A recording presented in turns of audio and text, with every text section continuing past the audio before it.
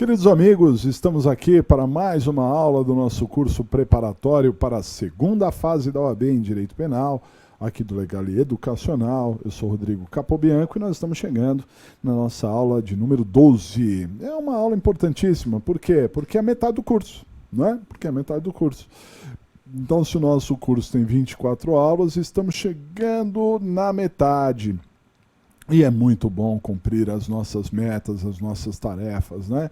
Então nós programamos e aos poucos nós estamos indo. E vocês vão olhar para trás e fazer uma reflexão e perceber claramente o quanto você já evoluiu. Tenho certeza disso, tenho percebido isso, inclusive nas correções que a gente faz. Infelizmente nem todos acabam fazendo as lições de casa que a gente pede para que seja feito, né? Mas de uma maneira global o pessoal tem feito bastante a lição, né, corretamente, né, e isso é muito satisfatório porque você vai vendo um crescente, né? E isso é que é importante, porque se você de repente desatar aí a fazer peça, não tem esse crescente. Tudo tem o seu momento certo. Então você vai fazendo. As primeiras elas vão mostrando uma insegurança, né, que é natural, né, muitas vezes, mas aí você vai numa evolução e vai percebendo que a coisa vai mudando, né? E as pessoas vão tendo um trato diferenciado, os assuntos vão se tornando mais familiares. E se você, inclusive, seguiu à risca aquilo que a gente tem dito aqui em todas as aulas, estudado um pouquinho mais, estudado um pouquinho todo dia, aí você vai olhar para trás e vai ver assim um abismo, não é? Não, veja, não estou desprezando e dizendo que você não conhecia nada. Ah, professor, está me chamando de burro, que eu não sabia nada. Não, de jeito nenhum, não é isso não. O que eu estou dizendo é que aqui nós temos um direcionamento. Então você está sendo condicionado. É um condicionamento, sabe aquela maratona? Não adianta você sair correndo para fazer mais de 40 quilômetros que você morre.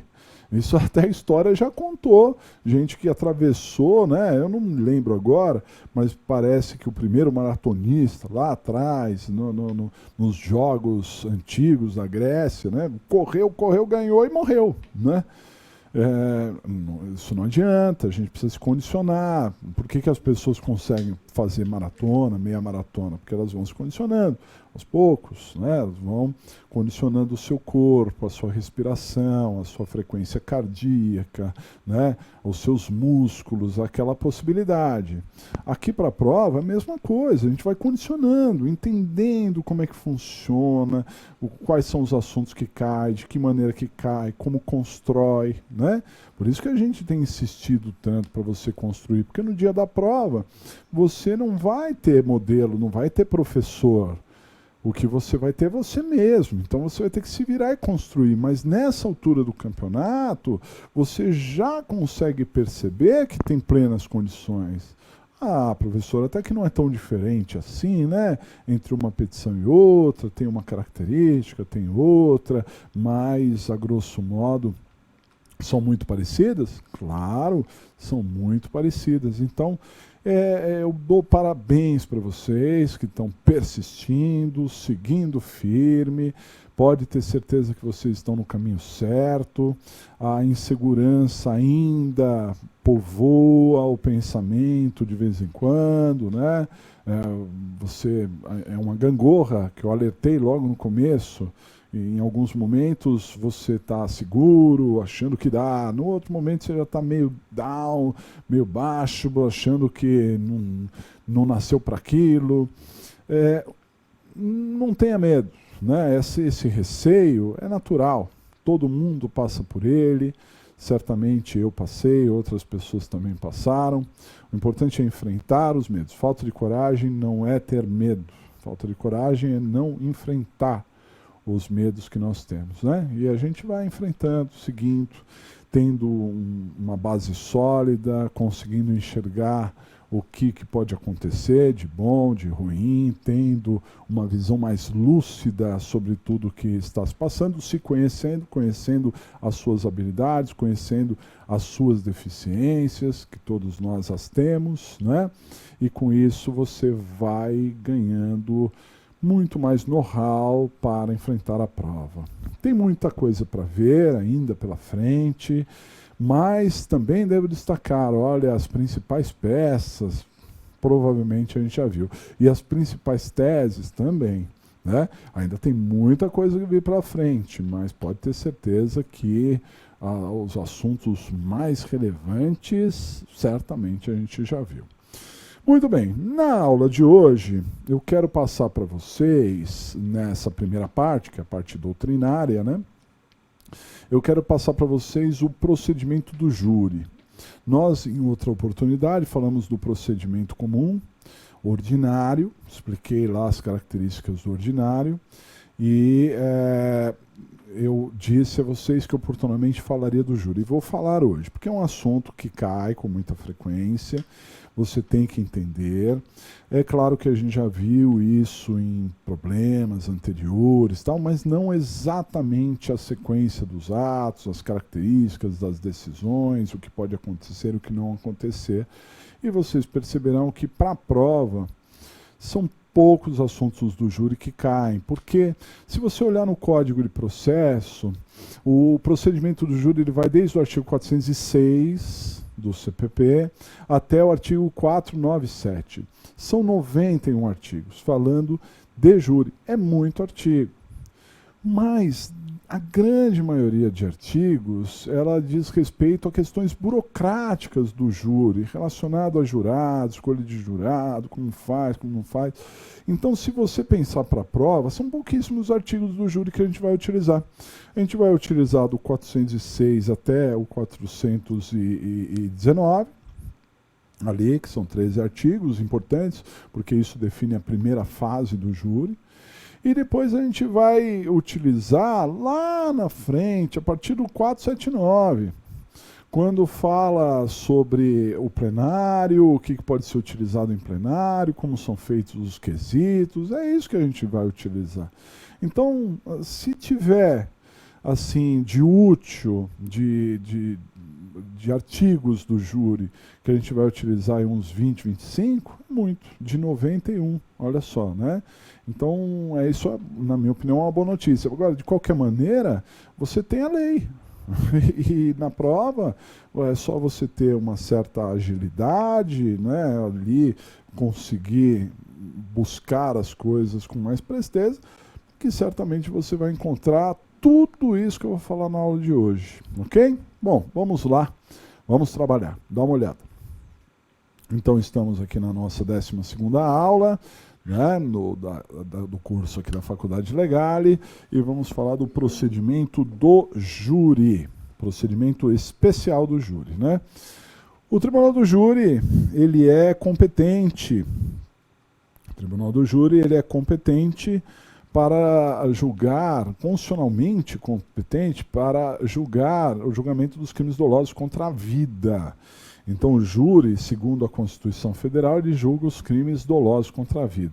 Quais são os crimes dolosos contra a vida, né? Então, nós temos o homicídio, do artigo 121, a participação em suicídio, do artigo 122, o infanticídio, do 123, e o aborto, que está do artigo 124 até o artigo 128. Então, são esses os 4 crimes que podem ser dolosos contra a vida. O único crime contra a vida que não vai a júri de jeito nenhum é o homicídio culposo, porque o homicídio culposo ele é um crime contra a vida, mas ele não é doloso contra a vida, né? Então, nós temos, repito, o homicídio, participação em suicídio, infanticídio e aborto. Mas o júri também julga os crimes que são conexos a esses crimes do júri. Crimes que, de alguma forma, estejam ligados a esses crimes do júri, né? como é um caso de uma ocultação a cadáver, por exemplo, em que a pessoa mata e depois oculta o cadáver. A ocultação a cadáver é um crime em desrespeito aos mortos, né? Não é contra a vida, mas como está ligado a um crime contra a vida, é julgado pelo júri. Assim como um porte ilegal de arma não é um crime doloso contra a vida, mas pode ser julgado pelo júri. Assim como um falso testemunho, se alguém mentir no júri, será julgado pelo júri, e assim por diante, porque poderemos ter crimes conexos sendo julgado pelo júri.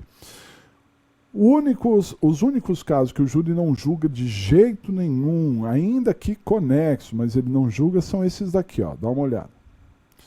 Então, ó, só vão a julgamento pelo júri popular, os crimes só não vão de jeito nenhum, não vão a julgamento os crimes eleitorais, os crimes militares e os menores infratores. Então, esses três, mesmo que tiver conexão, continência, eles não vão a julgamento pelo júri. Se um menor ajudar um maior a matar alguém, o maior será julgado pelo júri, o menor pela vara da infância e juventude, né? Eu não coloquei aqui, mas oportunamente nós vamos falar sobre esse tema, que é um tema muito relevante. Também tem a prerrogativa da função, né, prevista na Constituição Federal. Então, o presidente da República, por exemplo, ele é julgado pelo STF por qualquer crime, inclusive por um crime doloso contra a vida. Aí prevalece sobre o júri. Mas a gente vai falar disso com presteza aqui na aula de competência. Nós vamos falar isso de competência. Muito bem, o júri ele é chamado de procedimento bifásico ou escalonado. O júri é bifásico ou escalonado, porque o júri ele é dividido em duas fases distintas, né? A primeira fase do júri, que é muito parecidíssima com o procedimento ordinário, é a chamada fase do juízo de acusação. E a segunda fase, que é bem diferente de todos os outros procedimentos, que é a fase do plenário, em que nós temos o julgamento em plenário, é chamado de juízo da causa. Então o júri é chamado de bifásico ou escalonado, porque ele é dividido em duas fases, e sendo a primeira o juízo de acusação e a segunda o juízo da causa. Dá uma olhada. Então, ó, o procedimento do júri é chamado de bifásico ou escalonado. Isso porque tem duas fases distintas. A primeira é o juízo de acusação, também chamado de iudicio accusationis, e a segunda é o juízo da causa, também chamado de iudicio causae. Ok? Muito bem. A primeira fase do júri, que é o juízo de acusação, como eu disse, ele é muito, mas muito parecida com o procedimento ordinário. Muito parecida, né? E então nós vamos explicitar aqui cada item. Mas logo de cara já vai a primeira fase, ó, o oferecimento da denúncia ou queixa, depois vem o recebimento da denúncia ou da queixa. Na sequência, nós temos a citação, depois vem a resposta, depois vem uma manifestação do Ministério Público, né? E, na sequência, uma audiência de instrução, debates e julgamento, e uma decisão encerrando a primeira fase do júri. Audiência de instrução, debates e julgamento, uma decisão encerrando a primeira fase do júri, né? Depois eu vou passar cada item para vocês. Na segunda fase, aí é bem mais curta, né? A segunda fase, ela se inicia com uma manifestação da acusação, podendo arrolar testemunhas, já eu explico melhor. Depois vem uma manifestação da defesa, arrolando também testemunhas. Na sequência vem um despacho saneador, né, resolvendo questões pendentes e marcando a data do julgamento. E, por fim, vem o plenário. Quer dizer, a segunda fase é bem curtinha, bem rápida, bem fácil de entender. E para nós aqui, na prova da OAB, o que interessa realmente é o plenário, né? O plenário é que tem uma série de fatores que podem ser explorados ali, nulidades que eventualmente sejam colocadas, né? Muito bem. Então, a partir do momento que a gente já tem um panorama geral, né, de como é a primeira fase e um panorama geral aí de como é a segunda fase, vamos explorar os principais pontos de cada uma das fases, começando com essa daqui. Então, a primeira fase, as principais características e inclusive o prazo para o seu encerramento também. Veja, eu disse para vocês que a primeira fase do júri, ela se inicia com o oferecimento da denúncia ou queixa, né? Ah, professor, queixa? Sim, embora todos esses crimes dolosos contra a vida, eles sejam de ação pública, e portanto estamos falando de denúncia, sempre que um crime tiver vítima, né, e mesmo que a vítima tenha falecido, morrido, pode ser intentada a queixa subsidiária. Por isso é interessante a gente falar de denúncia ou queixa, porque pode ter a queixa subsidiária sim, né? Ainda que a vítima seja vítima de um homicídio, o CAD, cônjuge, ascendente, descendente ou irmão, pode entrar com a ação se o MP perder o prazo para a denúncia.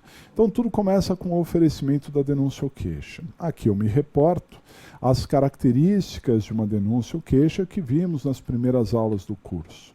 O artigo 41 do CPP trata daquilo que não pode faltar numa denúncia ou de uma queixa, né? Disse aos senhores oportunamente, repito agora, quando nós estamos falando da prova da OAB, estamos falando de advogados. Então, denúncia ou queixa é importante por 2 pontos. A queixa, importante para eu formular uma queixa corretamente. Então, eu preciso saber fazê-la.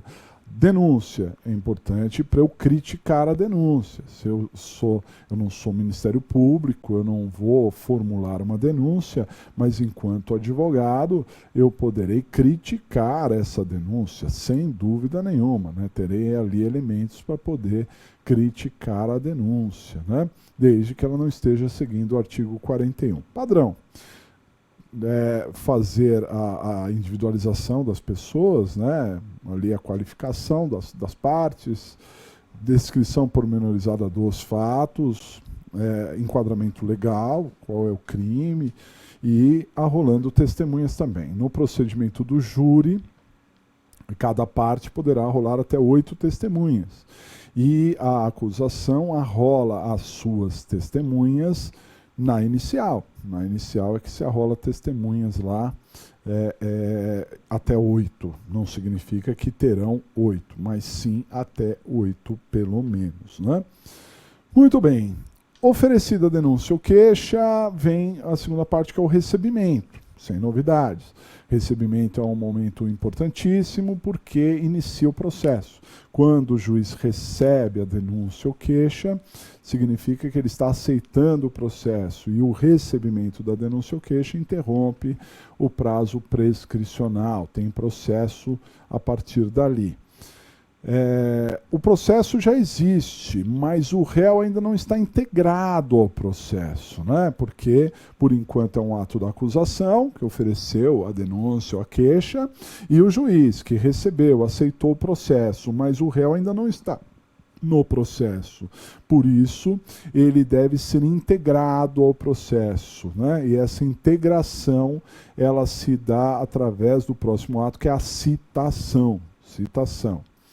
Citação é comum, tanto para o rito ordinário, sumaríssimo, júri, né? Tem as mesmas características. A partir do artigo 351 do CPP, você tem lá todas as regras acerca da citação, das intimações, né? São muitos artigos, desde o 351 até o 380, só falando desses assuntos. Cuidado, se o problema principal ou se as questões der muita ênfase à citação, falar muito, aconteceu assim, assado, tome cuidado, porque certamente ele está te dando munição ela, né, a OAB, está te dando munição para você discutir a citação, então vá para a lei e vê se a citação foi feita corretamente. Não devemos esquecer que a citação ela deve ser sempre tentada de forma pessoal. Sempre se tenta a citação pessoal. E só se cita por edital quando não for possível a citação pessoal. Não foi possível a citação pessoal, aí então citamos por edital, né? Essa seria a regra, porque senão isso gera nulidade também. Muito bem, na sequência, o réu ele é citado para apresentar uma resposta, chamada resposta à acusação, ok? Que é uma defesa completa. No procedimento comum ordinário, a resposta, que de vez em quando cai na prova, ela está no artigo 396 e 396-A, mas no júri não.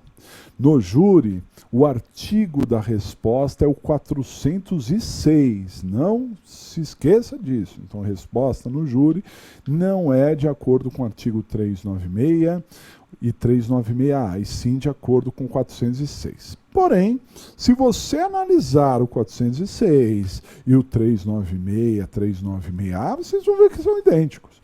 O prazo da resposta é o mesmo de 10 dias e o que você pode alegar na resposta? Tudo. Assim como no 396, 396-A, que fala lá do procedimento comum ordinário, diz que você pode falar do mérito, nulidades, prescrição, arrolar testemunha, você pode fazer de tudo. No júri é a mesma coisa. Então você pode, na teoria, falar de tudo, ok? Inclusive arrolar testemunhas. Eu disse que a acusação arrola as testemunhas com a inicial, não é? Que podem ser arroladas até 8, a defesa vai arrolar as suas testemunhas na resposta e também poderão ser até 8. Dificilmente, mas muito dificilmente, cairia uma resposta do júri. E isso, sabe por quê, senhores? Que diferentemente da resposta no procedimento comum ordinário, porque no procedimento comum ordinário, depois da resposta, vem a possibilidade de uma absolvição sumária, de acordo com o artigo 397. Então, na resposta, você pede absolvição sumária. No júri não tem essa absolvição sumária. No júri vai ter a resposta, o MP vai se manifestar e vai para a audiência. Então, mesmo na prática, os advogados, na resposta do júri, usam para rolar testemunhas, requerer diligência, juntar documentos. Mas para defender de uma maneira completa, dificilmente, na OAB também. Mas vai lá, se eventualmente cair, o artigo 406, pegue o 406 e fale tudo que você puder falar nos termos do 406. Perfeito? Mas, repito, é difícil. Prazo, 10 dias, tudo aquilo que a gente estudou para a resposta no procedimento comum ordinário, serviria para essa resposta no júri, salvo o artigo, que em vez do 396, 396-A, é o 406. Perfeito? Muito bem. Depois dessa resposta, vem uma manifestação do MP, em 5 dias, que é assim, uma espécie de réplica, né? Vai comentar a resposta, concordar ou não com os requerimentos feitos e pronto. E na sequência será marcada a audiência que encerra a primeira fase. Aí o negócio começa a esquentar, porque na audiência que encerra a primeira fase, nós teremos a instrução, os debates e o julgamento da primeira fase. Né? Então a instrução é a colheita de provas e a sequência dos atos, a dinâmica dessa audiência de instrução é a mesma do procedimento ordinário. O primeiro a ser ouvido é o ofendido, isso numa tentativa de homicídio seria possível, né? Se não tiver o ofendido, pula essa etapa. Depois do ofendido vem testemunhas de acusação, depois das de acusação de defesa, enquanto não terminarem as de acusação não começam as de defesa. Depois vem requerimentos que podem ser resolvidos na hora, ou não dá para resolver na hora, para a audiência continua outro dia, mas se der para resolver na hora, nós vamos para a sequência interrogar o réu. Interrogar o réu, né? Então o réu será interrogado. O réu fecha a instrução, né? Ele é o último a ser ouvido na instrução, fechando a instrução conforme eu acabei de mencionar, né? Depois são feitos os debates, que a lei diz que os debates são orais e que o prazo é de 20 minutos, que podem ser acrescidos de mais 10 minutos para a acusação, e depois 20 minutos, que podem ser acrescidos de mais 10 minutos para a defesa. Esse é o prazo dos debates, ditos orais. E, na sequência, vem a decisão encerrando a primeira fase do júri. Lembrando aos senhores que debate oral não cai na prova, mas memoriais pode cair. Cuidado com isso que eu vou dizer agora. Prestem muita atenção. Parem as máquinas, rufem os tambores. Por quê? Porque, embora o procedimento do júri não preveja memoriais, já caiu na prova mais de uma vez memoriais no júri. Por quê? Porque eu expliquei aos senhores lá atrás que se um determinado procedimento for lacunoso, ou seja, tiver ali uma lacuna, uma falha, a solução qual é? É a do ordinário. Então, como o júri não previu memoriais, nós podemos sim no júri ter ali um caso de complexidade, ter um caso de diligência faltante que necessite memoriais. Então pode ter memoriais no júri, na vida prática e na OAB.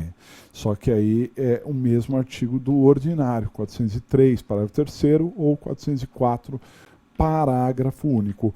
Combinado com 394, parágrafo 5º, que autoriza você utilizar o ordinário subsidiariamente. Ok? Pode ter memoriais no júri, sim.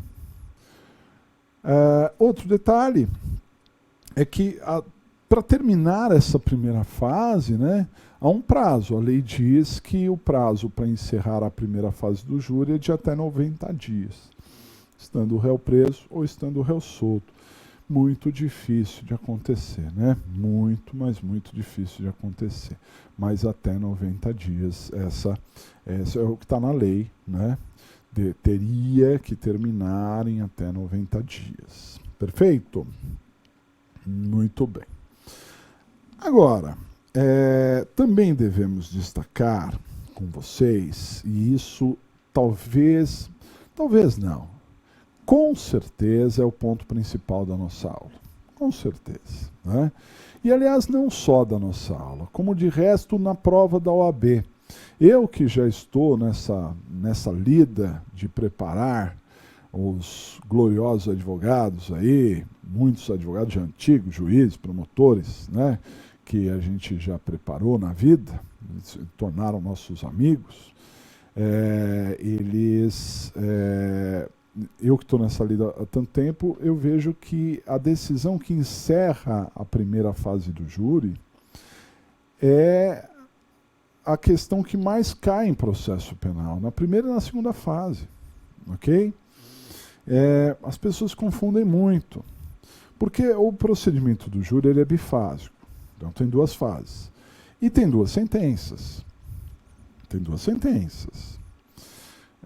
Só que ao final da primeira fase não existe sentença condenatória nem absolutória.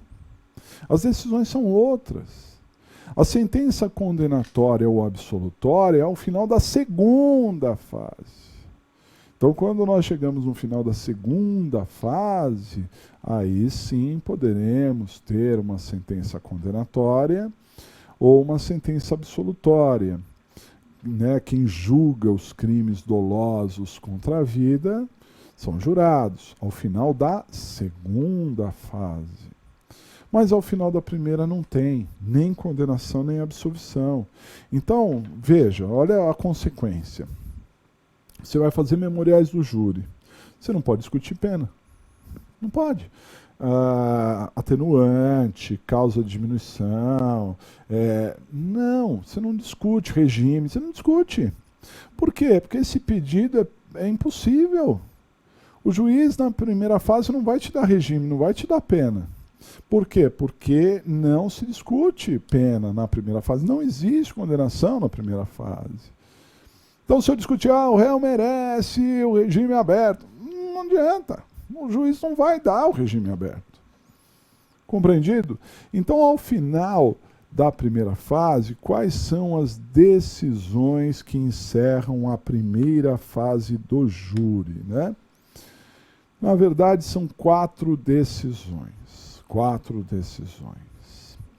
São a decisão de pronúncia, do artigo 413, a decisão de impronúncia, do artigo 414, então a pronúncia do artigo 413, impronúncia do artigo 414, a absolvição sumária do artigo 415 e desclassificação do artigo 419. Então, repito, 4 decisões. Pronúncia, 413. Impronúncia, 414. Absolvição sumária, 415. Desclassificação, 419. Ok? Essas são as 4 possibilidades. Se você for fazer memoriais, você vai ter que pedir um ou mais de um desses casos. Se você for recorrer de uma decisão, por exemplo, de pronúncia, o réu já foi pronunciado, você vai recorrer e vai pedir para que, em vez de pronúncia, seja impronúncia, absolvição sumária ou desclassificação. Mas sempre vai ficar em torno disso. Se você estiver antes da decisão, você vai pedir uma das 4. Se você estiver depois da decisão, você vai recorrer e pedir para que não seja aquela e que seja uma das outras 3. Mas sempre em torno disso, porque esses são os pedidos juridicamente possíveis. Compreendido? Ótimo. Então vamos ver quando que é caso de pronúncia, impronúncia, etc. Dá uma olhada. São decisões que encerram a primeira fase do júri. Que decisões são essas? Então, a primeira é a decisão de pronúncia. Pronúncia, a regra, hein? A grande maioria dos casos, na vida prática, ok? É de pronúncia, já vou dizer por quê. Pronúncia é a decisão que encerra a primeira fase do júri e que faz com que o acusado seja levado ao julgamento pelo plenário do júri. Encerra a primeira fase do júri e faz o réu ser levado a julgamento pelo plenário do júri. Faz ter a segunda fase. A pronúncia está no artigo 413. Então, a única decisão que faz ter segunda fase, que leva o réu a julgamento pelo plenário do povo, é a decisão de pronúncia. Exatamente por isso que a maioria dos casos, nós teremos, sim, na maioria dos casos, a decisão de pronúncia. A maioria dos casos é pronúncia. Por quê? Porque na decisão de pronúncia, o júri, senhores, ele é constitucionalmente competente para julgar os crimes dolosos contra a vida. Constitucionalmente competente. Assim sendo, a pronúncia é a regra. Por quê? Porque, em regra, quem julga são jurados. Só por exceção que nós vamos tirar do jurado. Só por exceção que, ao invés de mandar a julgamento em plenário do júri, nós tiraremos e julgaremos antes. Ok? Então não se assuste, se estiver na vida prática e o seu cliente foi pronunciado, eu fiz um trabalho péssimo porque pronunciou. Não é péssimo, é natural que isso aconteça. Perfeito? Muito bem. Aliás, a propósito, e tem a ver inclusive com o problema que nós vamos analisar daqui a pouco, Se o juiz ficar na dúvida entre pronunciar ou não o réu, ele deve pronunciar, porque a dúvida aqui não pesa em favor do réu. A dúvida pesa em favor da sociedade. Na dúvida, tem que mandar a julgamento, tem que levar ao plenário, ok? Indúbio pro società, não indúbio pro réu. Guardem isso, né? Isso me parece fundamental para que vocês guardem. Perfeito, muito bem. Quando que o juiz pronuncia? Bem fácil, dá uma olhada. O juiz pronunciará quando houver materialidade, então haverá a pronúncia quando houver materialidade, e indícios suficientes de autoria. Então, quando houver materialidade, o que é materialidade? É a certeza de que ocorreu uma infração penal. Materialidade, certeza de que ocorreu uma infração penal e ao menos indícios de autoria, né? Indícios suficientes de autoria. Não precisa de uma prova concreta de autoria, mas se tiver indícios, um ouviu dizer, o outro ouviu dizer, né? Indícios de autoria, materialidade, indícios de autoria, nós teremos o caso de pronúncia, ok? Que é a regra geral. Algumas observações sobre a pronúncia, até algumas curiosidades, dá uma olhada. Então, olha, se o réu está revel, antigamente, quando o réu ficava revel, o processo ficava parado, porque o réu só podia ser intimado pessoalmente da pronúncia, né? Hoje em dia não, ó. Se o réu está revel, ele poderá ser intimado pela pronúncia por edital. Antigamente o processo ficava parado. Hoje não, ok?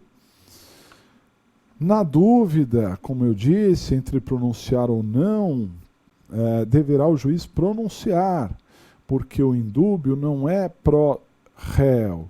O indúbio aqui pesa em favor da sociedade, indúbio pro società. E o juiz não pode exagerar na fundamentação da pronúncia. Isso é interessante, é uma regra relativamente nova. Então o juiz não pode pesar a mão na pronúncia. Tem certeza de que foi o réu. De jeito nenhum, isso vai influenciar o jurado. Então ele tem que ser sucinto na análise da prova. Tem que dizer, olha, tem indício. Ainda que a testemunha diga com todas as letras, eu vi, foi o réu, ele tem que ser sucinto. Pelo depoimento da testemunha, há indícios suficientes de autoria. Ótimo. Se exagerar, isso pode levar a uma nulidade. Ok? E uma outra curiosidade, para finalizar, essa daqui, ó. O juiz não poderá aplicar na pronúncia causa especial de diminuição de pena, salvo a tentativa. O que isso quer dizer? Isso está na lei. Quer dizer o seguinte: nós temos uma tese muito importante para o homicídio, que é o homicídio privilegiado. O homicídio praticado por relevante valor social, moral, por violenta emoção logo após a injusta provocação da vítima, né? Então esse é um caso que é muito importante na vida prática. E o homicídio privilegiado faz com que a pena seja reduzida de 1/6 até 1/3.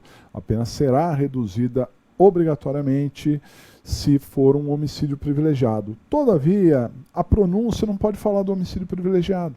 Não pode.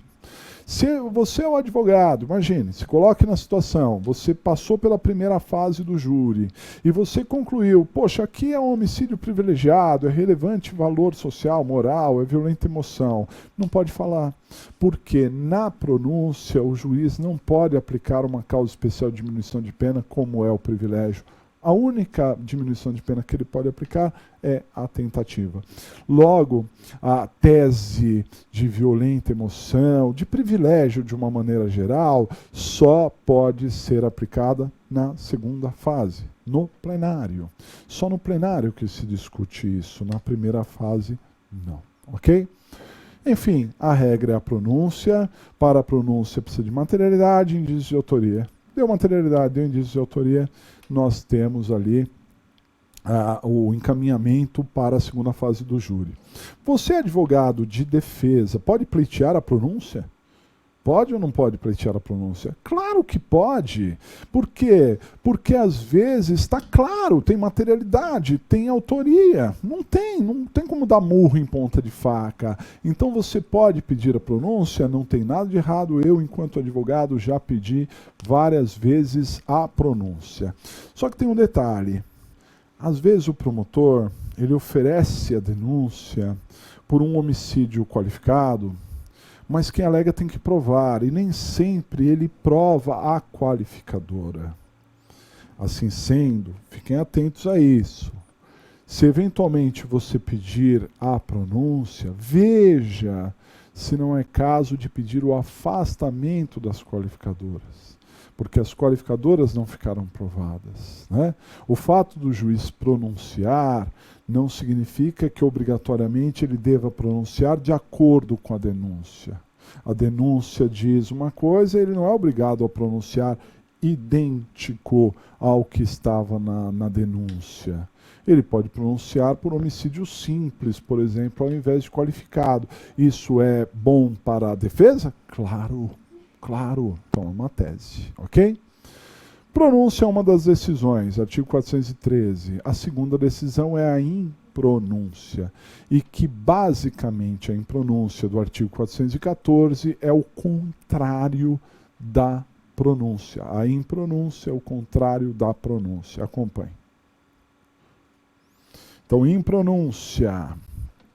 Quando é que se dará a impronúncia? Se dará quando o magistrado não se convencer da materialidade ou os autos não tiverem indícios suficientes de autoria, ou ainda quando faltarem materialidade e indícios de autoria. Se faltar materialidade, se faltarem indícios, será um caso de impronúncia, de acordo com o artigo 414.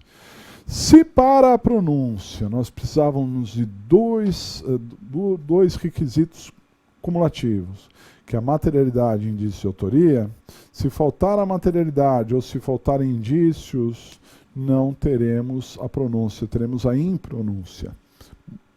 Prestem atenção, nessa fase do júri, como eu disse, não há absolvição, não há condenação.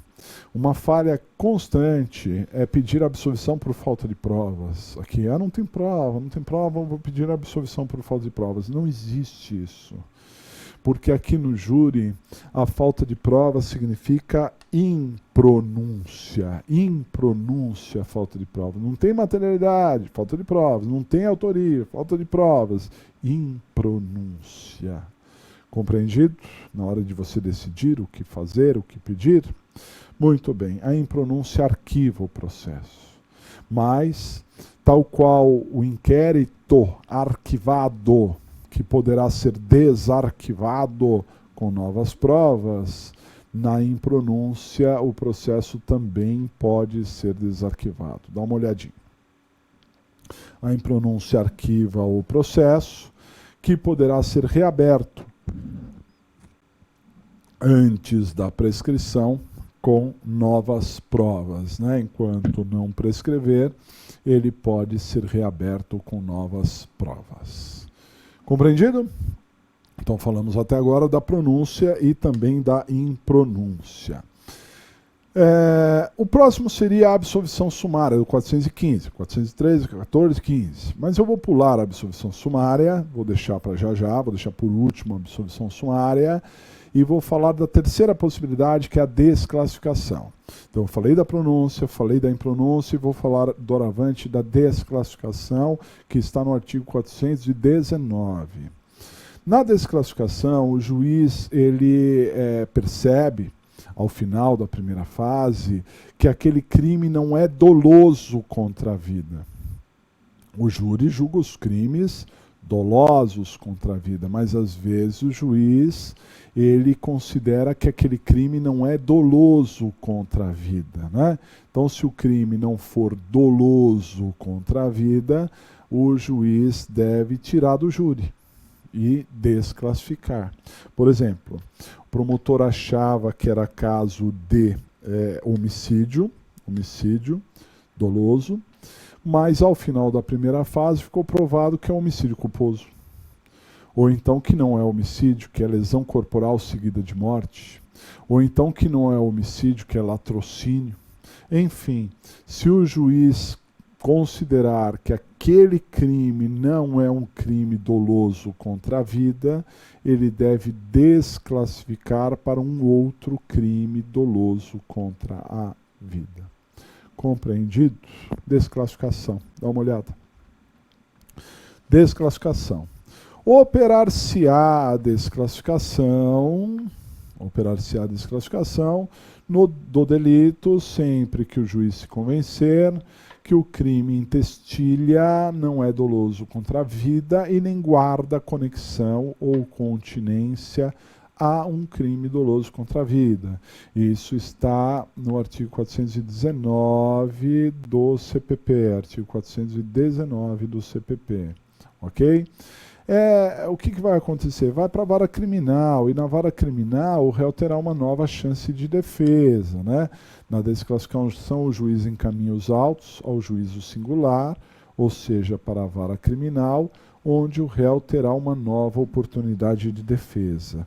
Desclassificou, mudou a classificação. Desclassificar é isso, mudar a classificação. Mudou a classificação do crime e o réu lá na vara criminal terá uma nova chance de defesa. A quarta e última possibilidade para encerrar a primeira fase do júri é a absolvição sumária. Como eu disse anteriormente, o juiz não absolve nem condena. Quem absolve, quem condena são os jurados, ao final da segunda fase.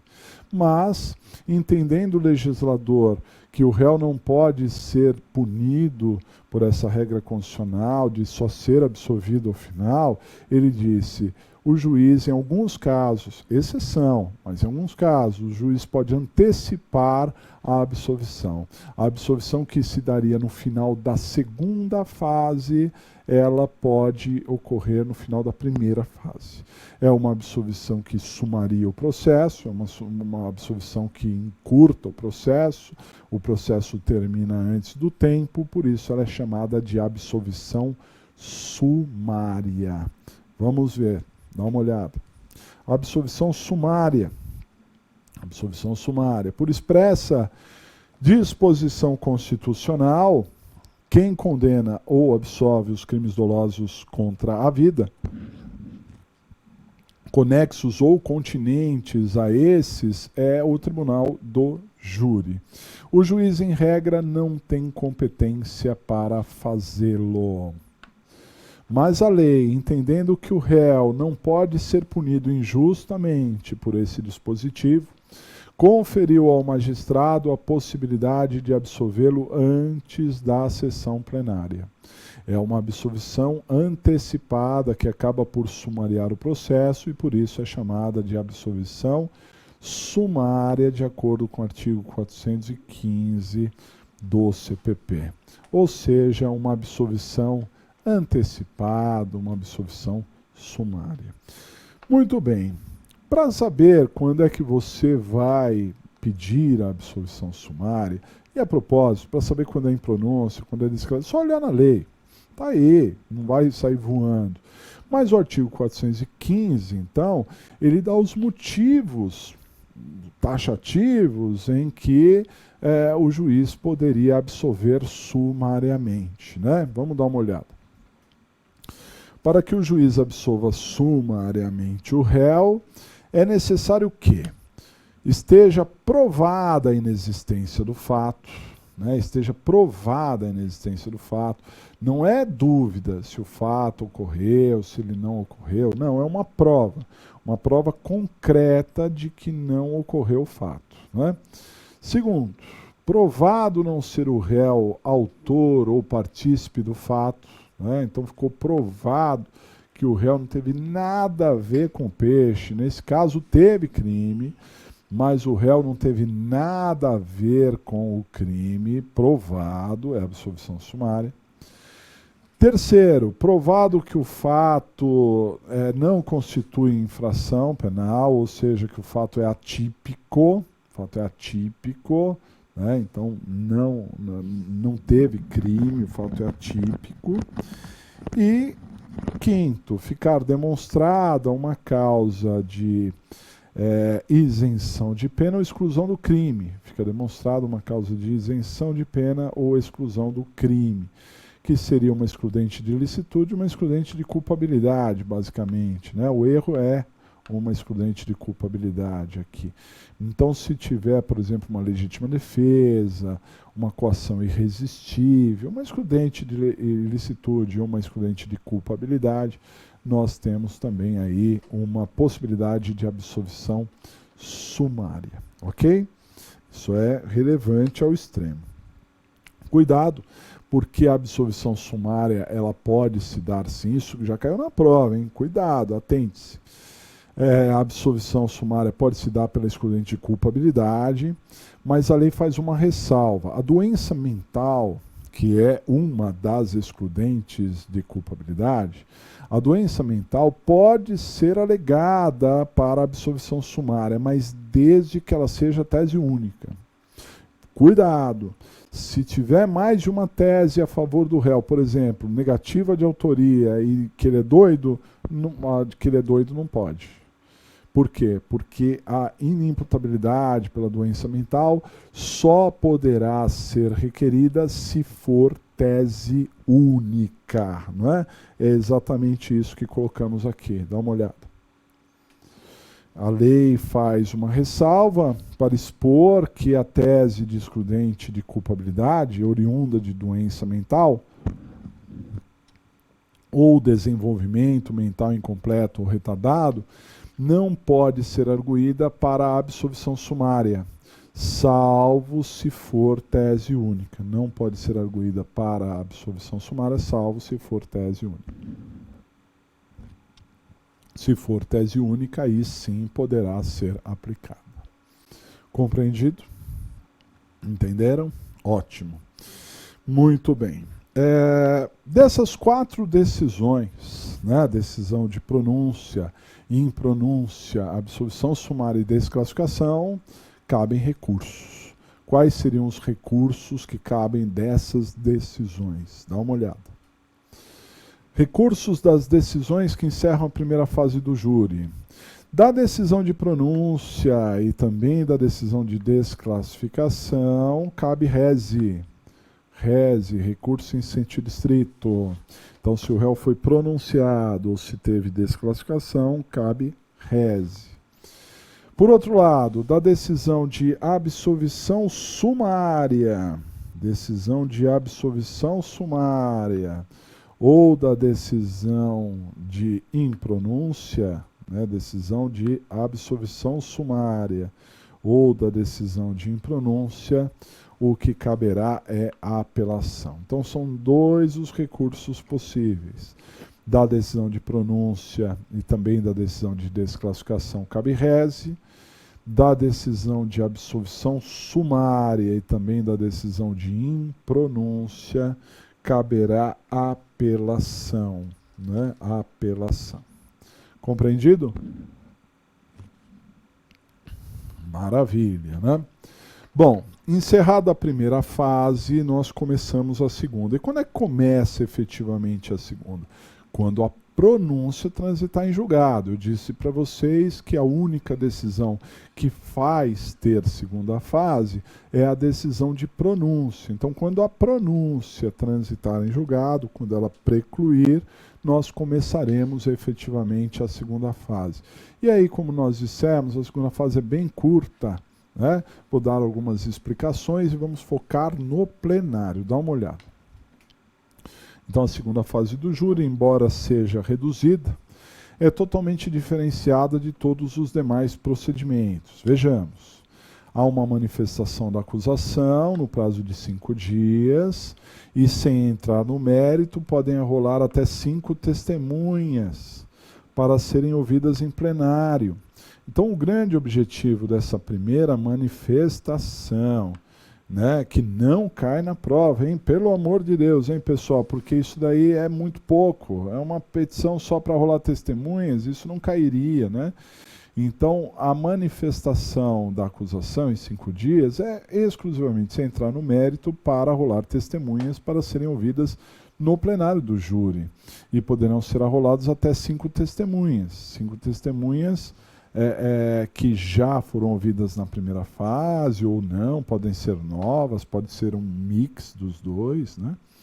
Depois vem uma manifestação da defesa, de igual forma, da mesma forma, né? Uma manifestação da defesa também em 5 dias, também sem entrar no mérito e para arrolar testemunhas para serem ouvidas em plenário, ok? Depois disso vem um saneamento do processo, é feito um saneamento do processo, né? Em que o juiz vai atrás de algumas diligências que as partes podem ter requerido, né? E já marca o plenário. E aí, efetivamente, temos o plenário, que é o dia do julgamento, que é o dia do júri, né? E que terminaria aí a segunda fase. Ok? Bom, vamos focar no plenário. O que vai acontecer no plenário? A primeira coisa é lembrar que quem julga no plenário do júri são jurados. Então, esses jurados têm que ser convocados. De uma lista que contempla centenas de nomes, né? Cada tribunal do júri tem centenas de nomes, serão convocados para o plenário 25 jurados. Antigamente eram convocados 21, mas uma mudança que nós tivemos em 2008 passou a ser chamado 25 jurados para o plenário do júri, né? Para que nós tenhamos julgamento, tem que comparecer no mínimo 15. São 25 jurados que são convocados, mas que tem que comparecer no mínimo 15. Pode comparecer 15, 16, 17, 25. Mas se comparecer 14, não tem julgamento. Tem que comparecer no mínimo 15. Dos jurados que compareceram, serão sorteados ali na hora 7 para efetivamente participar do julgamento. 7 que farão parte do conselho de sentença. E a cada jurado que vai sendo sorteado, é perguntado primeiro para a defesa e depois para a acusação se aceita aquele jurado ou não. Isso porque cada parte poderá recusar sem motivo algum até 3 jurados. Se tiver motivos e comprovar os motivos, pode rejeitar até todos. Mas sem motivos poderão ser rejeitados até 3 jurados, ok? Assim sendo, pessoal, tem alguns números que você deve guardar, mas também nem se preocupe, porque tudo isso que eu estou falando está na lei, é só você localizar lá no procedimento do júri, onde que está isso que eu falei, no dia da prova ele continua estando lá, né? São 25 jurados que são convocados, quantos tem que comparecer no mínimo? 15. Desses que compareceram, 7 serão sorteados para fazer parte do conselho de sentença. E a cada jurado que vai sendo sorteado, é perguntado primeiro para a defesa e depois para a acusação se aceita ou não aquele jurado. Dá uma olhada. Para a sessão plenária, são convocados 25 jurados. Se comparecerem menos de 15 jurados, não há julgamento. São sorteados 7 jurados, que farão parte do conselho de sentença. E a cada jurado sorteado é perguntado primeiro a defesa e depois a acusação se aceita o jurado. Cada parte pode recusar imotivadamente até 3 jurados. Até 3 jurados poderão ser recusados sem motivo algum. Ok? Muito bem, escolhidos os jurados, efetivamente começa o plenário, começa aquela audiência magnânima, né? E aí vem uma boa notícia para vocês.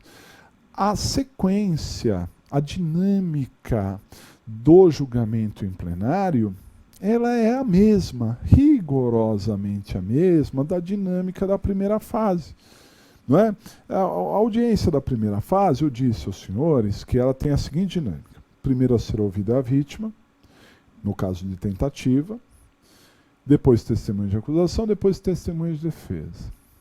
Depois requerimentos, que na primeira fase eu disse, podem ser resolvidos na hora ou depois, mas no plenário não, tem que ser resolvido na hora. Depois o réu é interrogado. Aqui é a mesma coisa no júri. Né? No plenário, o primeiro a ser ouvido é a vítima, se tiver vítima, depois testemunho de acusação, depois testemunho de defesa, depois requerimentos, acareação, reconhecimento, leitura de peças, tem alguns requerimentos que devem ser resolvidos na hora. O júri não pode separar, não pode ter um júri um dia e continuar. Não, tem que ter uma sequência. Começou, termina.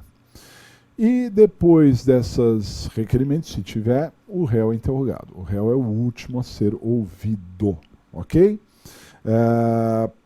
Então, o que se torna diferente é o prazo de manifestação oral. E aí tem que ser oral mesmo, por isso não cai na prova, né? Se na primeira fase do júri eram 20 minutos, que poderiam ser acrescidos de mais 10 minutos para acusação e depois para defesa, no plenário é maior. Vamos dar uma olhadinha nos slides, olha só. A sequência dos atos da sessão plenária seguirá, a partir de então, a mesma sequência da audiência de instrução, debates e julgamento que encerrou a primeira fase, né? Isso a gente falou para vocês. Entretanto, o prazo para as manifestações orais serão de 1h30 para a acusação, até 1h30, né? Não precisa ser 1h30.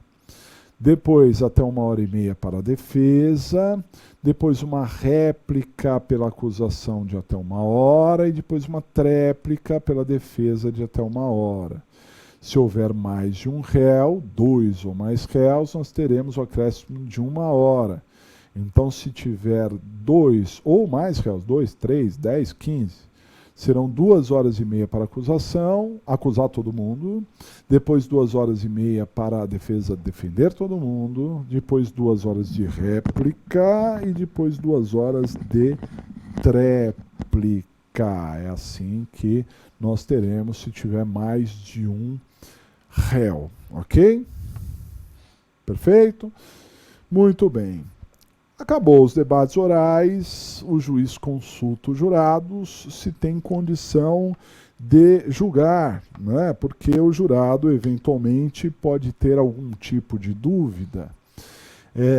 O jurado pode esclarecer a dúvida, não pode ir a julgamento sem esclarecer a dúvida. É claro que ele não pode mostrar o seu entendimento, mostrar a sua opinião, porque isso quebraria a incomunicabilidade do jurado sobre o assunto do júri e o sigilo das votações. Mas ele pode fazer perguntas e essas perguntas podem ser esclarecidas.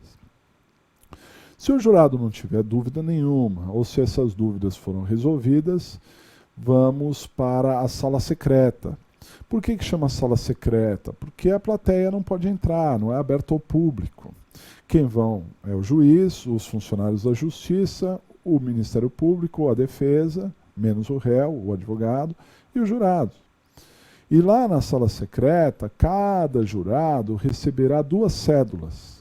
Uma com o voto sim e outra com o voto não.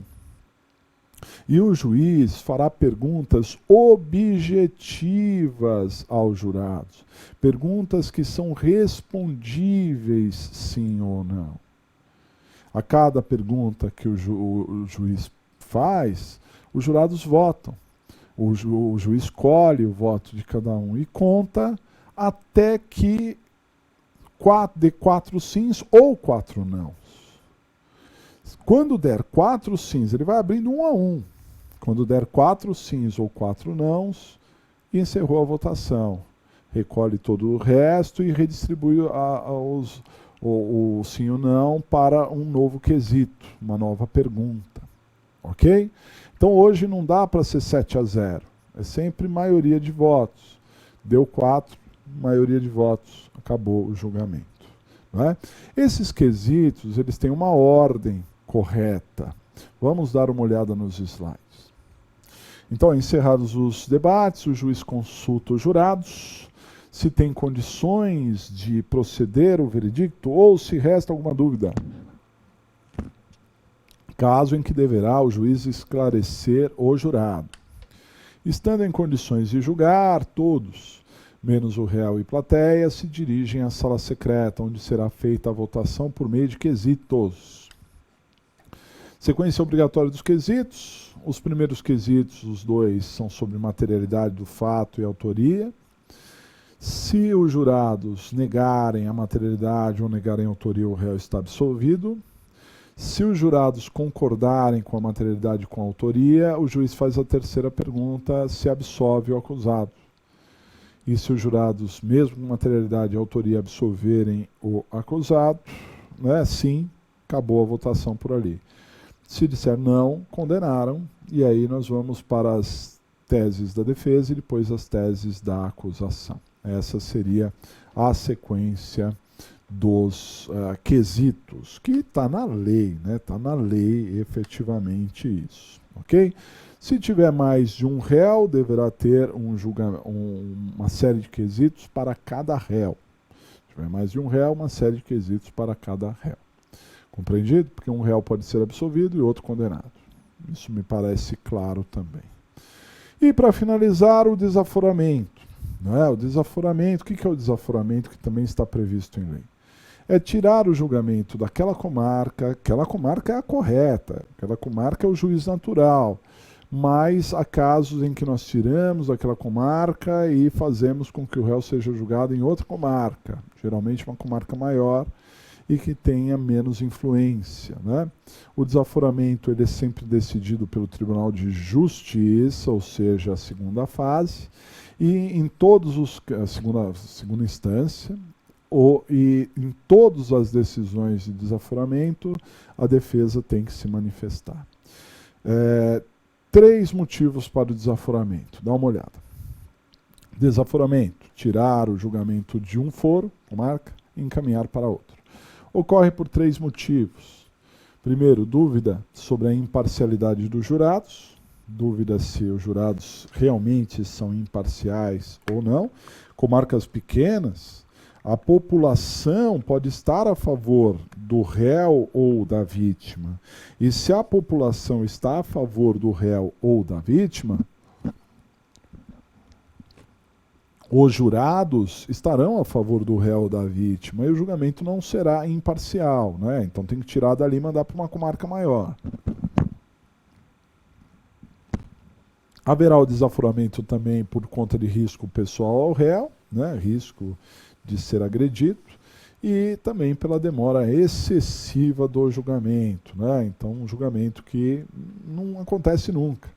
Diz a lei que o julgamento em plenário deveria ocorrer em até 180 dias. A segunda fase do júri deveria ocorrer em 180 dias, né?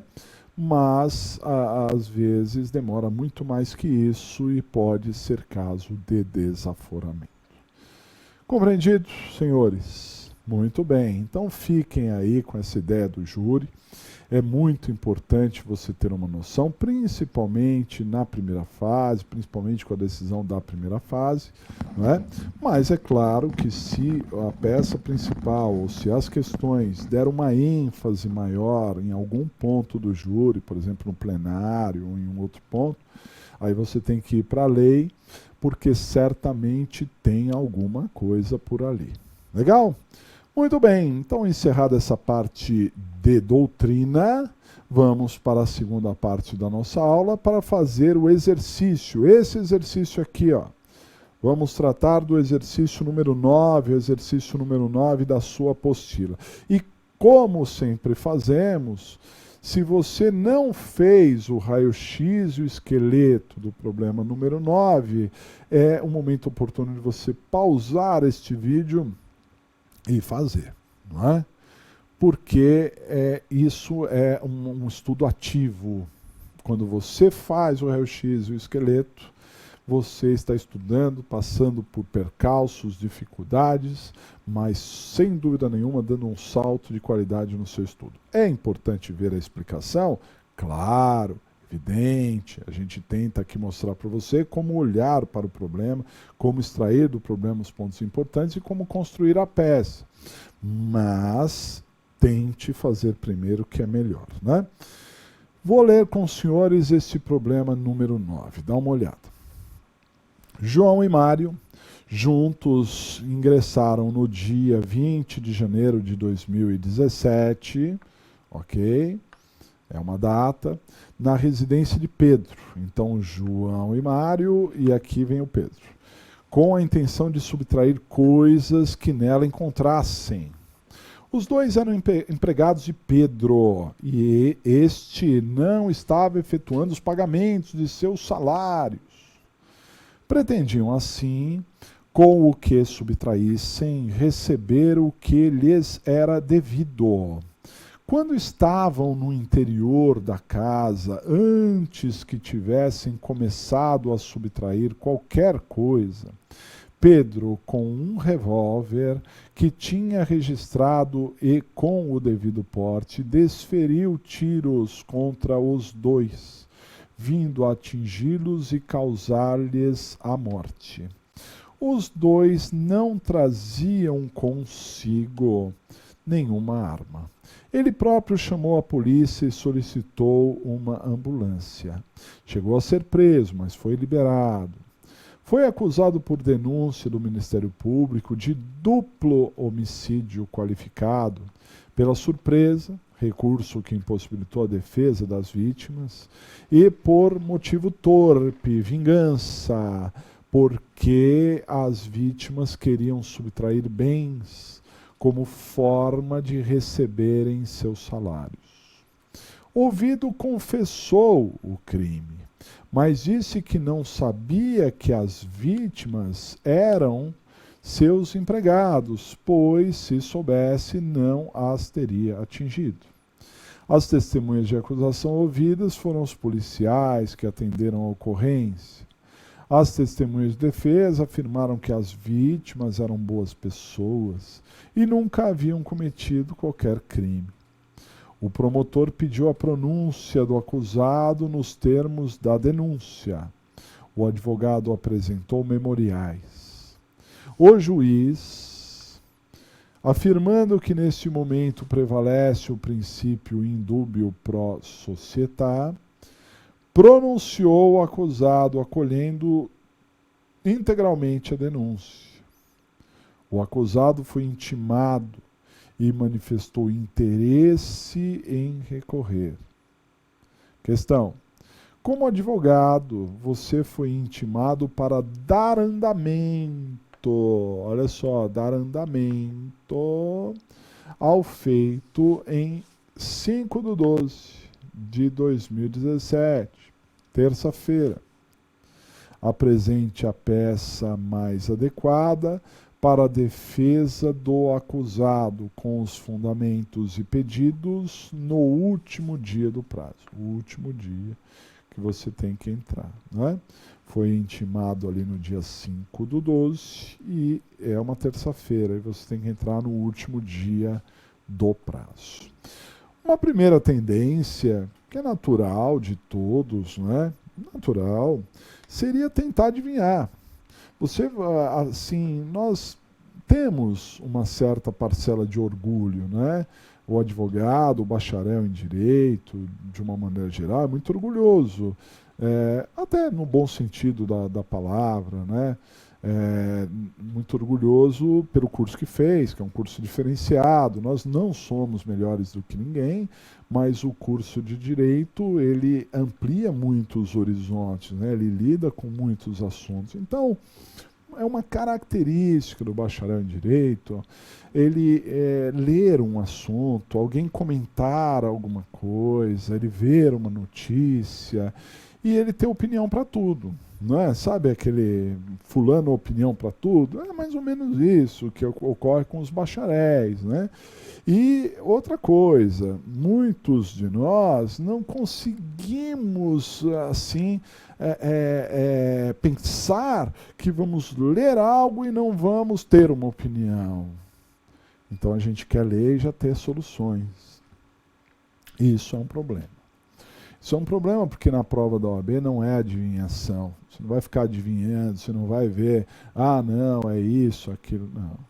Prova da OAB é certeza. Prova da OAB, você tem que ter convicção. E para você ter convicção, você precisa trilhar um caminho, você precisa pesquisar, você precisa dar passos seguros. Por isso que nós aqui no curso estamos tentando criar para você um mapa. Um mapa para você se organizar, um mapa para você conseguir encontrar os caminhos certos e conseguir encontrar as soluções, né? Por isso que nós propomos para vocês que vocês façam um raio-x, que vocês façam um esqueleto, exatamente para que você consiga saber direitinho, né? Se você está no caminho certo para descobrir a peça, as argumentações, etc, etc. Não desdenhem do raio-x, né? E também do esqueleto. O raio-x é importante porque ele é uma entrevista com o cliente, você está vendo o que tem de pontos objetivos no problema, está se organizando, preparando o terreno para então fazer o esqueleto e resolver o que precisa ser resolvido, né? Então, raio-x e esqueleto, vamos começar pelo raio-x, dá uma olhada. Então, raio-x, análise do problema, raio-x. Primeira página do raio-x, né? Então, quem é o nosso cliente aqui? O nosso cliente é o Pedro. Cuidado, hein? O nosso cliente é o Pedro. Porque o problema ele começa com João e Mário, mas João e Mário são as vítimas, né? O nosso cliente é o Pedro, e que neste caso ele é réu. Ele está sendo acusado, tá certo? Ele é réu. Ele está na condição de preso ou está na condição de solto? Solto. O problema, inclusive, menciona que ele chegou a ser preso, mas foi solto, né? Até vou falar um pouco sobre isso. E ele está sendo acusado de que crimes, né? De que infração que ele está sendo acusado? Ele está sendo acusado de um duplo homicídio qualificado. Duplo homicídio qualificado, João e Mário, matou os dois. Qual seria a pena para um homicídio? Um homicídio simples tem pena de 6 a 20 anos, mas o homicídio qualificado, de acordo com o artigo 121, parágrafo 2º, tem pena de 12 a 30 anos. E no caso é um duplo homicídio. Então, nós temos que dobrar isso, né? Dobrar isso. Então, respondendo aqui a essa questão do raio-x, dá uma olhada. No item 5, a gente pergunta qual é a pena em abstrato. A pena em abstrato é de 24 a 60 anos, não é? Porque não é um duplo homicídio qualificado. Cada homicídio qualificado é de 12 a 30 anos, dobrando isso de 24 a 60 anos. Ou seja, o negócio é pesado, hein? Porque no mínimo o sujeito pega 24 anos e pode pegar até 60. Ah, mas ele só cumpre 30. Não importa, não importa. Ele pode pegar até 60 anos. A gente tem que ver a pena em abstrato, né? Pergunto aos senhores, tem pena em concreto? O fulano já foi condenado, já foi absolvido? Não. Não tem pena em concreto, ele foi pronunciado, mas condenado não. Qual o rito? Então tem uma sequência para a gente saber o rito, né? A primeira pergunta é se é G-crime. Então aqui é G-crime? É uma infração de menor potencial ofensivo? Não, pode chegar até 60 anos, não é G-crime. É algum procedimento especial? Sim. Qual procedimento especial? Júri. Cuidado, se você for direto para o ordinário, você dança. Porque antes você tem que passar pelos especiais, são 5 especiais: júri, funcionário público, honra, propriedade material e drogas. Então não se esqueçam, né, porque principalmente no caso do júri, você tem uma competência já, né? A competência já fica delineada a partir de então, né? Então tome cuidado mesmo, em júri, isso já está revelando competência também, é importante. Seguindo no raio-x, dá uma olhada. O item 8, a gente pergunta qual é a ação penal. E a ação penal, a gente olha o artigo do crime, os artigos seguintes, o final do capítulo, o final do título. Se disser procedes mediante queixa, ação é privada, procedes mediante representação ou requisição é pública condicionada, a representação é requisição. Se não falar nada, é pública incondicionada, que é o caso aqui, homicídio é ação pública incondicionada, né? E se o problema anota datas, se tem datas, e tem, hein, senhores? Vamos lembrar aqui, ó. Vou voltar aqui com os senhores, olha só. A primeira data é a data dos fatos, 20 de janeiro de 2017, não fala da idade dos réus, né? Depois dá um salto e fala a data da intimação. Não fala a data da pronúncia, do recebimento, nada, né? Só está dizendo que você foi intimado. Primeiro o acusado, cuidado com isso, ó, isso é importante. O acusado foi intimado e manifestou interesse em recorrer, tá certo? Aí depois você foi intimado no dia 5/12, terça-feira, para dar andamento. Então, vejam, anotem essa data, 5/12, que é a data da intimação, e você precisa entrar com a peça, que nós já vamos ver qual que é, no último dia do prazo.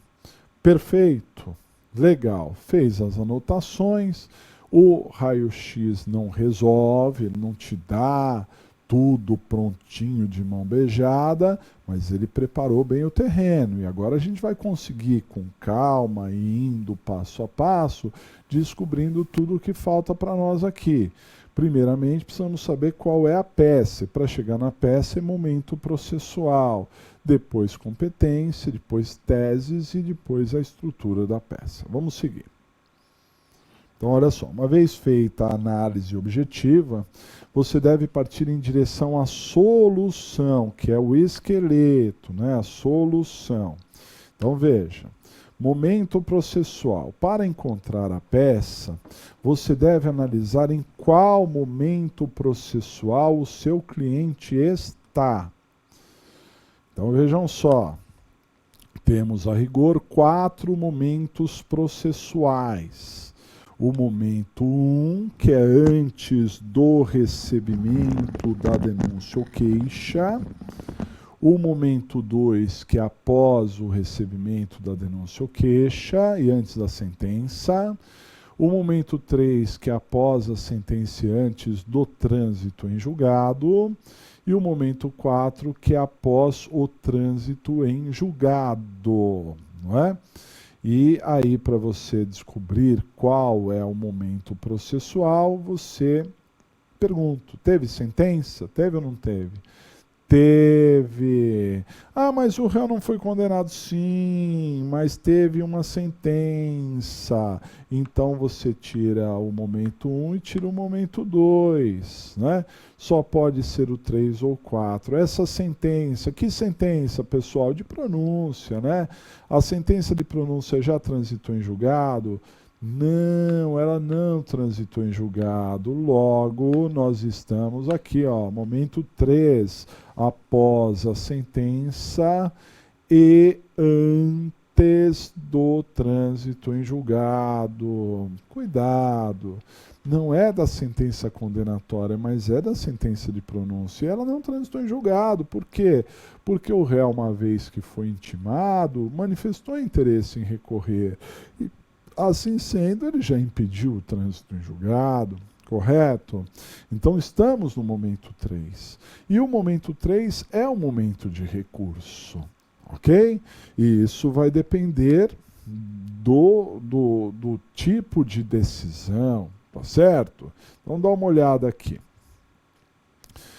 Peça processual. Dependendo do momento processual, você poderá utilizar uma espécie de peça processual. Da decisão de pronúncia, cabe rese, recurso em sentido estrito. Maravilha. Decisão de pronúncia é o rese, né? Mas a gente tem que lembrar que o réu já manifestou interesse em recorrer. O réu já recorreu. E no processo penal, o réu pode sim recorrer. O réu é intimado e ele pode sim manifestar o seu interesse em recorrer, que foi o que ele fez aqui. Né? Como o réu já manifestou interesse em recorrer, nós vamos apresentar o quê? Razões. Isso mesmo, né? Razões de recurso em sentido estrito. Na verdade, nós vamos pedir a juntada das razões. O problema deu a dica, ele falou que é para dar andamento. Se o réu recorreu, você não vai recorrer de novo, você não vai interpor um recurso que já está interposto, isso seria um erro, né? Então o que você tem que fazer? Você tem que dar andamento ao recurso que o réu interpôs. Se o problema dissesse pura e simplesmente que o réu foi pronunciado, aí você tinha que interpor o recurso em sentido estrito. Mas o problema disse que o réu foi pronunciado e não se conformou dessa decisão, manifestou interesse em recorrer, ou seja, recorreu. Ele é intimado e vem lá ao lado da intimação um termo de recurso. Ele assinou esse termo de recurso, ele recorreu. Só que o réu é leigo, ele não tem condições de dar os elementos técnicos do recurso. Aí entra o advogado para trazer as razões. Né? Só que as razões não ficam soltas, porque as razões não têm nem endereçamento. Então nós precisamos pedir a juntada das razões, mais ou menos igual fizemos com a apelação. Né? Nós vimos aqui a apelação e a juntada das razões de apelação também, outro problema. Né? O prazo para interpor o rese é de 5 dias, mas o prazo para apresentar as razões e também para apresentar as contrarrazões é de 2 dias. Isso é o que está no artigo 588 do CPP. O artigo 588 do CPP diz que o prazo para apresentar razões e, claro, o prazo também para apresentar contrarrazões é de 2 dias. Como o advogado foi intimado no dia 5 de dezembro, terça-feira, temos 2 dias. Conta o dia 5? Não, começa a contar no próximo dia útil, 6, 7. Então, no dia 7 de dezembro de 2017, é o prazo para entrar com o pedido de juntada das razões. 7 de dezembro de 2017. Está garantindo nota. E isso é um ponto positivo. E você vai garantir mais nota ainda. Por quê? Porque você já sabe qual é a peça e agora você vai saber para onde manda, né? Para qual órgão competente ali. Vamos ver competência, dá uma olhada. Competência. Descoberta a peça adequada. Você precisa definir a competência e, para isso, use do seguinte método. Então, vamos a ele, olha só. Verifique para qual instância você se manifestará. Para qual instância você vai se manifestar, né? Para a primeira instância, que é para uma vara, para a segunda instância, que é um tribunal, ou para uma terceira instância, ou chamada de instância especial, que é um tribunal superior, né?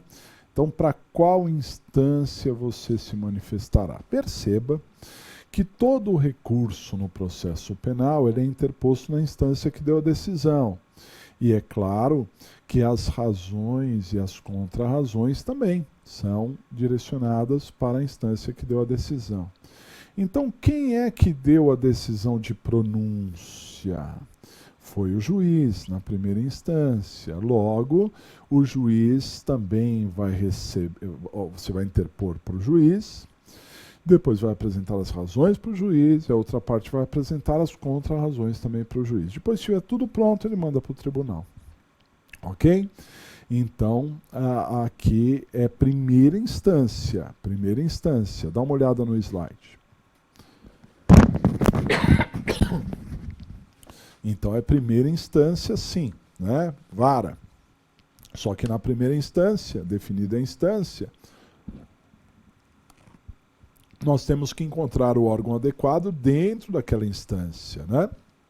E nós temos a vara criminal, mas deixamos a vara criminal por último. Vamos ver se é alguma especializada e vamos encontrar uma especializada logo de cara, né? Vara do júri. Lembre-se, o caso é do júri. Logo, a nossa petição de juntada, o nosso pedido de juntada das razões deve ser encaminhada para a vara do júri, para o juiz de direito da vara do júri. Ah, mas não é juiz presidente? Não. Presidente é só quando ele está na segunda fase, aqui é a primeira. Então, primeira fase do júri é vara do júri, é juiz de direito da vara do júri. Aí você vai pedir a juntada das razões, mas vai pedir que as razões em si serão encaminhadas depois para o TJ, né? Acima da vara do júri. Nós temos o Tribunal de Justiça, acima da vara do júri, é o Tribunal de Justiça. Reforço algo que eu já falei anteriormente, que é possível vara do júri federal, tá? Se a pessoa matar a outra num avião, por exemplo, seria um caso de Tribunal do Júri Federal. Um exemplo aí. Se fosse o caso, que não é o caso aqui, mas se fosse o caso do Tribunal do Júri Federal, acima do Tribunal do Júri Federal, da vara do Júri Federal, nós teríamos o TRF. TRF, ok? Porque aí é a sequência lógica. Mas, comumente, a vara do júri é uma vara da comarca, ou seja, da Justiça Estadual. Então, acima da vara do júri, nós temos o TJ. TJ acima da vara do júri. Perfeito? Muito bem. Então, olha só, sabemos qual é a peça, sabemos qual é a competência e vamos para a tese, ou as teses, né? As teses, elas devem se basear naquilo que o problema dá, aquilo que a gente tem dito. Se o problema chamou muita atenção para um fator, desconfia, porque pode ser que aquele fator esteja diferente. O problema, ele conta não uma opinião logo de cara, não, ele conta o que realmente aconteceu. Perceba que o problema ele começa com a expressão João e Mário entraram, é porque eles entraram mesmo. Não é a opinião de ninguém. Não consta na denúncia que o João e Mário fizeram isso. Não, eles realmente entraram, o Pedro realmente viu dois caras na sala, o Pedro realmente atirou, o Pedro realmente socorreu, né? O Pedro realmente foi preso, depois foi solto. Tudo isso são fatos reais, isso tudo aconteceu e a solução não está aí. A solução está nos pontos discutíveis. E quais seriam os pontos discutíveis? As opiniões. Porque desses fatos que aconteceram, na opinião do Ministério Público, se trata de um duplo homicídio qualificado. E a opinião do juiz também é a mesma. Pronúncia, mesmo que em dúbio pro societá, mas pronúncia. As testemunhas falaram pouco. O réu confessou o crime. Ah, então se o réu, que é meu cliente, ele confessa, eu também confesso. Mas ele confessou que matou, mas isso não tem dúvida. Que ele disse mais. Ele disse o seguinte: se eu soubesse que eram os meus empregados, eu não teria feito isso. Não é? Por que ele matou? Porque achou que era ladrão, né? Alguma coisa nesse sentido. Tá certo? Então você tem que filtrar tudo isso daí, né? Vamos lá, dá uma olhada.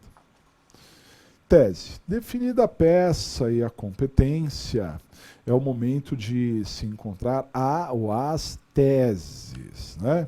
Grife no problema apresentado todos os chamados pontos discutíveis, né? Quais seriam os pontos discutíveis? Os pontos discutíveis são, primeiramente, as opiniões. Opiniões são pontos discutíveis, que podem não refletir a realidade, né?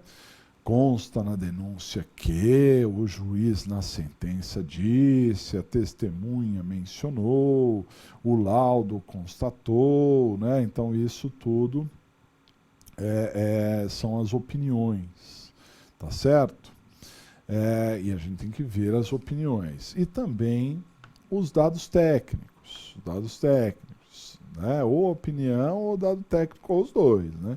Os dados técnicos colocados no problema, que nem sempre foram feitos em concordância com a lei.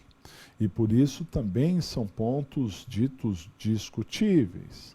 Por exemplo, preferiu-se a competência, na citação o oficial de justiça agiu assim ou assado, na sentença o juiz fez isso ou fez aquilo, quando da prisão em flagrante o delegado agiu assim, tá certo?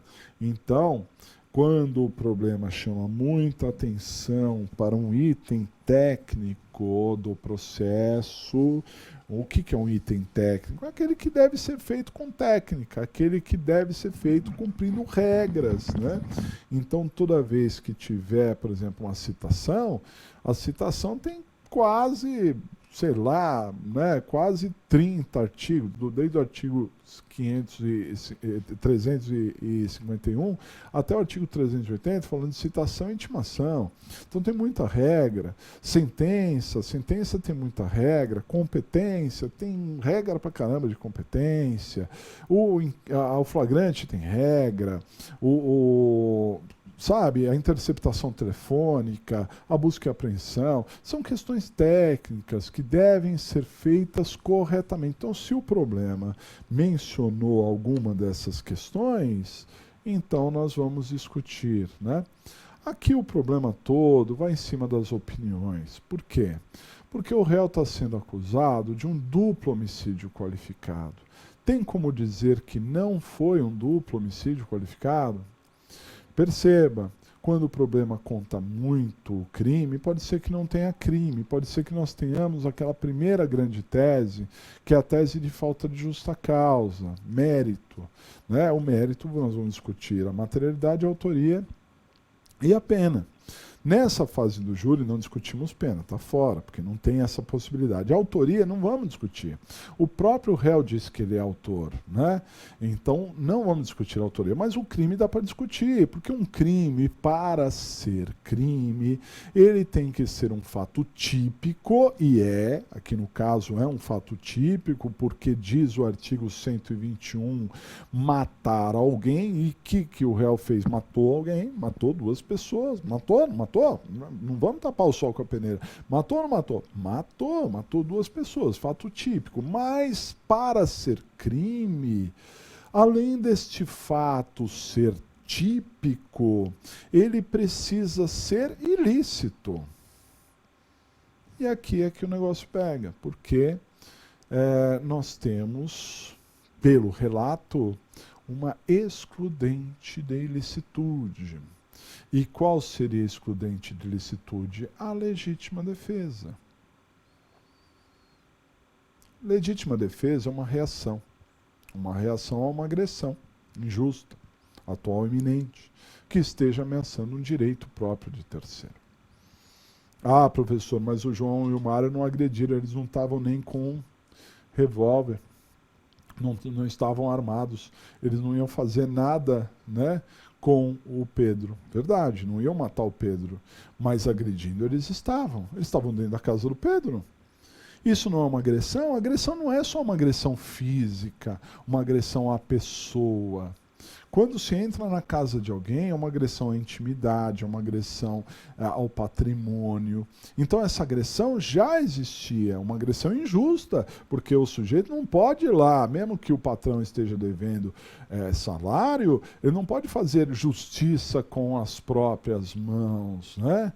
Então é uma agressão injusta, atual, estava acontecendo naquele momento, ameaçando um direito. Sim, que direito? O direito de propriedade. Veja, você pode discutir a reação. Você fala assim, mas foi exagerado, hein? Deu tiro, matou 2, hein? Não é exagerado? Não sei, pode até ter sido exagerado, não é? Mas se você se colocar no lugar e você, de madrugada, chegar na sua sala e tem 2 pessoas lá, o que você vai fazer? O que você vai fazer? Você vai acender a luz e perguntar o que eles estão fazendo ali? Com essa violência toda? Eu sou contra a arma, sou contra a agressão, mas se eu tivesse uma situação dessa, né? Eu tenho um tio, vou contar aqui, tem um tio que certa vez, há um tempo atrás, esse tio, ele é pastor evangélico, olha só, hein? E, portanto, um cara super pacífico, tal, né? Não tem arma nem nada.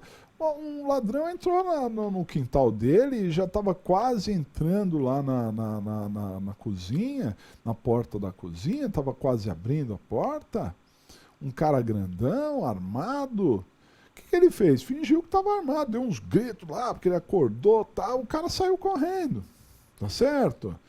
Mas, enfim, de repente, você pega o cara dentro da casa, tem que tomar uma providência, porque senão você morre, né?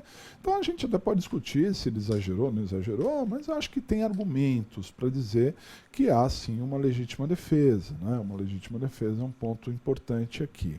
E não só essa tese, tá, pessoal? Porque tem uma tese subsidiária importantíssima aqui, que é o afastamento das qualificadoras, né? Porque elas são impertinentes. Claro, você vai apostar suas fichas na legítima defesa, porque isso faria com que nós tivéssemos a absolvição sumária daquelas 4 possibilidades, pronúncia, impronúncia, absolvição sumária e desclassificação. O certo seria a absolvição sumária por uma excludente de ilicitude. Absolveu, morreu o assunto. Mas é possível a pronúncia, seria uma tese subsidiária. Então você vai pedir a absolvição sumária, mas se não for a absolvição sumária, você vai pedir a pronúncia, mas sem as qualificadoras. Porque, afinal de contas, quais são as qualificadoras? Primeiro, motivo torpe, vingança. Então, o Pedro matou os seus funcionários lá por vingança. Ele nem sabia que eram os funcionários, não é? Então, como é que eu vou me vingar de alguém que eu nem conheço? Nem sabia. Se ele pensar, são os empregados, são safados, estão querendo aqui, então eles vão morrer, é outra história. Mas isso não ficou caracterizado. Então tinha que afastar esse motivo torpe. E o recurso que impossibilitou a defesa? Surpresa. Que surpresa! O sujeito invade a casa do outro de madrugada, ele quer ser recebido como? Com uma banda, uma fanfarra, uma recepção? Ele vai ser recebido com rigor. Talvez não a bala, mas com rigor, tá certo? Então não há de se falar em recurso que impossibilitou a defesa da vítima, não, em surpresa. Então a tese principal é de legítima defesa real, não é putativa, não, é real, porque a agressão estava acontecendo, né? E nós vamos subsidiariamente, e com essa legítima defesa, pedir a absolvição sumária, que seria importante, artigo 415, não se esqueçam. E se não for o caso, o afastamento das qualificadoras, porque elas são impertinentes, elas estão fora de contexto, né? E se pedir o afastamento, seria caso de pronúncia. Mas lá no pedido você pede só o afastamento das qualificadoras, já estaria ótimo, ok? Muito bem, vamos para a estrutura da peça, dá uma olhada. Estrutura da peça. Toda peça processual pode ser dividida da seguinte forma. Primeiro o endereçamento, depois o preâmbulo, na sequência a narração dos fatos, depois do direito, que é a argumentação, que é a fundamentação, e depois do pedido. ok? Então, 5 partes. Vamos parte a parte. Primeiro, o endereçamento. Endereçamento do quê? Endereçamento da petição de juntada, né? Pedido de juntada das razões. Excelentíssimo senhor doutor, juiz de direito, da vara do júri, da comarca de 3 pontinhos, não sabemos qual é a comarca, damos um espaço ali, colocamos autos, número 3 pontinhos. Um pouquinho abaixo dos autos, número 3 pontinhos, vamos começar o preâmbulo. O preâmbulo é aquela parte em que alguém vem fazer alguma coisa. Então, o Pedro, qualificado nos, precisa separar aqui o nos, tá? Qualificado nos autos em epígrafe por seu advogado, ao final firmado, vem respeitosamente à presença de Vossa Excelência requerer a juntada das razões de recurso em sentido estrito anexas, nos termos do artigo 588 do CPP. Termos em que pede deferimento, local, a data certinha, que é 7/12/2017, advogado 3 pontinhos e OAB 3 pontinhos. Depois, nas razões, né, na outra folha, esse pula para outra folha, razões de recurso em sentido estrito, recorrente, que é o Pedro, recorrida, que é a Justiça Pública, e as saudações de praxe, egrégio, Tribunal de Justiça, colém da Câmara, doutos julgadores, colém da Câmara, doutos julgadores, ok? Aí você vai pular ali umas 2 linhas, né? E vai começar a narrar os fatos. E aí é descrever o histórico, copiar o problema mesmo, né? Nem sempre copiar tudo, claro, fazendo um filtro, mas que se entenda o que está acontecendo no problema, para aquele que ler entender o que está se passando. Na sequência vem o direito, em que você desenvolverá as teses. Que teses? A tese de legítima defesa, que é a tese principal, que levaria à absolvição sumária, e se esse não for o entendimento, que sejam afastadas as qualificadoras. Então você vai ter que dedicar pelo menos um parágrafo para mostrar que não é motivo torpe, vingança é descabida, e que também não é recurso que impossibilitou a defesa da vítima, não teve surpresa, não é uma questão de surpresa, né? Ao final você vai fazer um pedido, e esse pedido é dar provimento ao recurso, ou que ele seja conhecido e provido.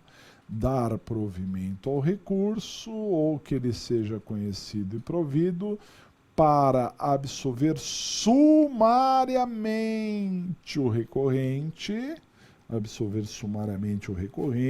termos do artigo 415, ou para afastar as qualificadoras. Então, dar provimento, ou que seja conhecido e provido, para absolver sumariamente o recorrente, nos termos do 415, ou que sejam afastadas as qualificadoras. Isso como medida de justiça.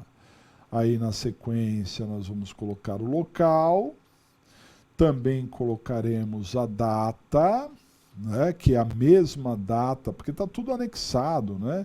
Mesma data lá da petição de juntada, que é 7/12/2017. Aí você coloca advogado 3 pontinhos e você coloca a OAB 3 pontinhos também. Legal? Então não tem segredo, não é? Mas uma peça interessante também, com chances reais de cair na sua prova. Pode ter certeza, né? Chances bastante grandes, né? Bom, vamos pedir a lição de casa. A gente tem pedido para vocês fazerem a peça para entregar. Mas além da peça para entregar, tem o pedido para você fazer raio-x, esqueleto, resolver questões, assistir a aula de aprimoramento, que são as aulas de questões também, né? Então vamos lá para a nossa lição de casa. Na folha de prova, né, na folha de prova que está na área do aluno, do Legale, faça a petição, que é razões de recurso em sentido estrito, a petição juntada das razões, né? Escaneie ou tire foto e mande no prazo, que é improrrogável, de 3 dias, para este e-mail, rodrigo.capobianco@aulasplanejadas.com.br. Vou pedir, aí não é para você entregar, para você fazer o raio-x e também o esqueleto do problema 10, né, para a gente resolver na próxima aula. Vou pedir para você resolver as questões de 25 a 28, é a sequência que a gente está vendo, e também para você assistir a aula 3 de questões, que é o aprimoramento que está aí na área do aluno no Legale, né? A aula 3 vai das questões de 1 até a questão de número 24. Né? Você tem ali muitas, número 24 não, até número 16, né, 8, é isso, até 24. De 1 a 24 até a aula 3 é a aula que vai das questões de 17 até 24. Mas aí você já assistiu as outras também. Legal? Então é isso aí, vamos ficando por aqui. Uma grande satisfação estar com vocês. Bons estudos, até a próxima aula, se Deus quiser.